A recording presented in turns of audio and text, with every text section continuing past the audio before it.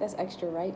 But yeah, I wanted to, as I wrap tonight, I wanted to kind of share some things with you guys about like a little astro info that I've learned throughout the years, that I've been kind of looking, observing the stars and their qualities and characteristics. Um, but yeah, I kind of want to talk about Scorpio since I'm familiar with the energy and what it kind of means. You know, like a lot of us have basic knowledge of things, um, and perhaps some of us want deeper knowledge of things, but we don't know exactly how to go towards it. And that's kind of what Scorpio is about, finding out the deeper meaning of things. So just to like kind of gain a better and brief understanding of what Scorpio is about, you could learn about its rulership. When I say rulership, it's like who's Scorpio's mama, who's Scorpio daddy, right? Like who owns them, who owns that energy. And I guess it's not like that is owned, it's just like what kind of generates the power towards this sign and gives it the reputation that it has. And that would come from the planets Pluto and Mars. Now, in ancient astrology, Mars was the traditional ruler of Scorpio. And if we look at history, we will see that Mars is represented in different creation stories or different belief systems as the god of war. And some of the characteristics of Mars would be fast-paced, fast-moving energy, because it represents like our desires. It's more of a lusty planet. Our desires, our will, what gets us up and going, what gets us moving.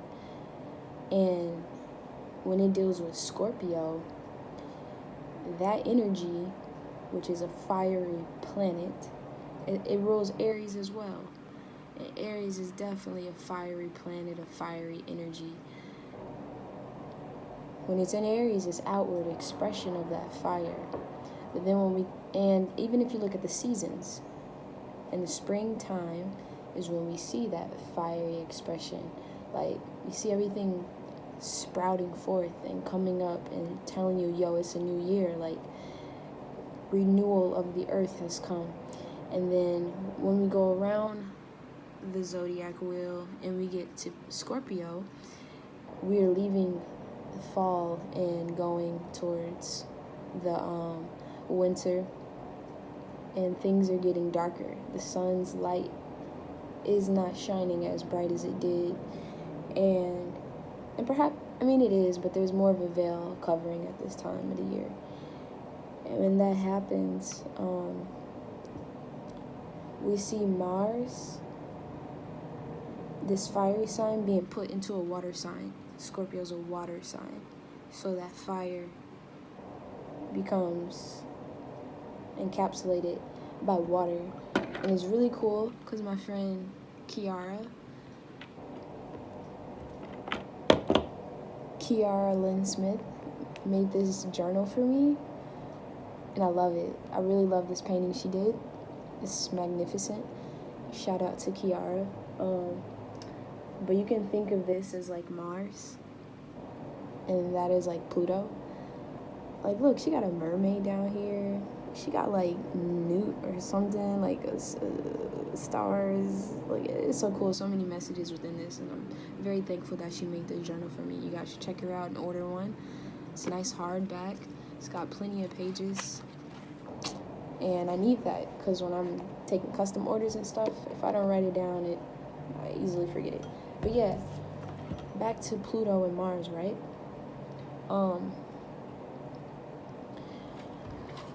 That blue image I just showed you is more so like Pluto. If anyone knows the nature of Scorpio, you will know that it's a hot and cold kind of energy. First it's hot, then it's cold. It's like that because, like, think of that fire being put inside of this cold, dark water. But Pluto's also like that. Pluto is like this watery on the outside kind of planet, but inside is a raging fire. And that's why they give Pluto the positive characteristics of it representing endings, rebirths, transformations, and then like the negative side, it more so represents obsession and control, and whatever Pluto has its eyes on, it will eventually fall into destruction. And these are not good or bad things, because if something is built on a bad foundation, you want to destroy it and build something new. And all of these energies can be used to empower us and for our good. But yeah, I think it's cool that I have the Scorpio energy, because Pluto was the god of the underworld, and I work with copper, which is something that comes from the underworld, from underneath the surface of the ground that we walk on. And all of these crystals that I work with do as well. And so I just think it's very fitting that I work with these things. And Pluto is also known as the god of wealth because of these things, these treasures that can be found under the earth. So I think it's pretty awesome and pretty fitting that I work with these things, and that they have been able to bring me wealth in different ways, not just monetary, but also in meeting really awesome, cool people and creating an awesome, sorry to keep saying awesome, but like a very bodacious, I don't know what to say, like a very cool community online. There's a lot of wealth in that, because I've been able to meet a lot of cool people through this craft and in person. So yeah, I wanted to talk about that, because like Pluto is known for its obsession, and anyone with the Scorpio energy will understand that there is a level of obsession involved with it, but there's also power involved with Scorpio. And when you take control of that power and that obsession, you can put it towards the right thing. You can put it towards your craft, and that can keep you up at night, working towards something that will build your character, build your confidence, and build your who you are, just making you a greater person. So yeah, that's what I wanted to share about Scorpio energy. It's a feminine water sign, but it has these destructive elements to it, and this fiery Martian energy. Like, I think it's also cool that I'm learning mixed martial arts, because the word martial comes from Mars, and it's a very fiery energy, and this art allows you to channel that energy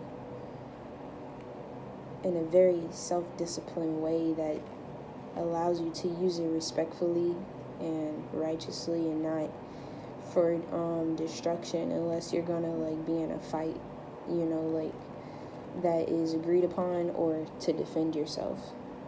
So it's like when your heart's in the right place, only good things can come from it. But yeah,